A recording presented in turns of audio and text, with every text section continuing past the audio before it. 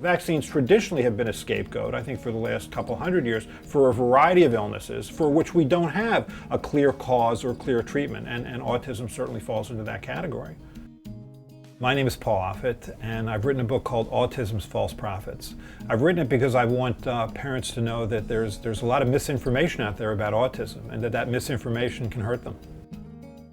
A few years ago, there was born the notion that vaccines might cause autism. And so the public health community responded. They responded by doing a series of studies to try and answer the question, were you at greater risk of getting autism if you've gotten vaccines than if you hadn't? And the answer was clear and consistent and reproducible. No, the risk was no greater if you had gotten vaccines or if you hadn't. And so the science was pretty clear. But what's happened is there's been a tremendous rift, I think, between the science that exonerates vaccines and the public's understanding of that science. And that's why I've written this book, to try and get at that rift between the science and the public's understanding of the science.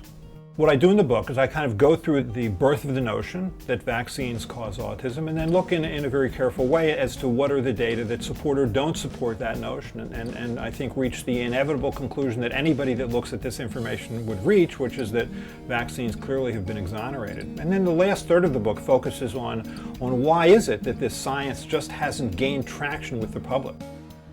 As a scientist, I had always imagined that once good science was performed, that would be enough.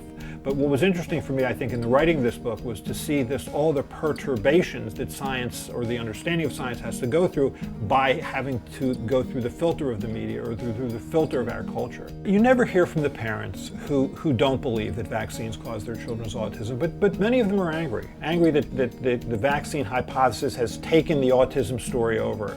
What this book provides is it provides a voice for those parents. Children with autism and their parents are incredibly vulnerable to these modern day false prophets who've offered this cottage industry of false hope or false cures. And it's done a lot of harm.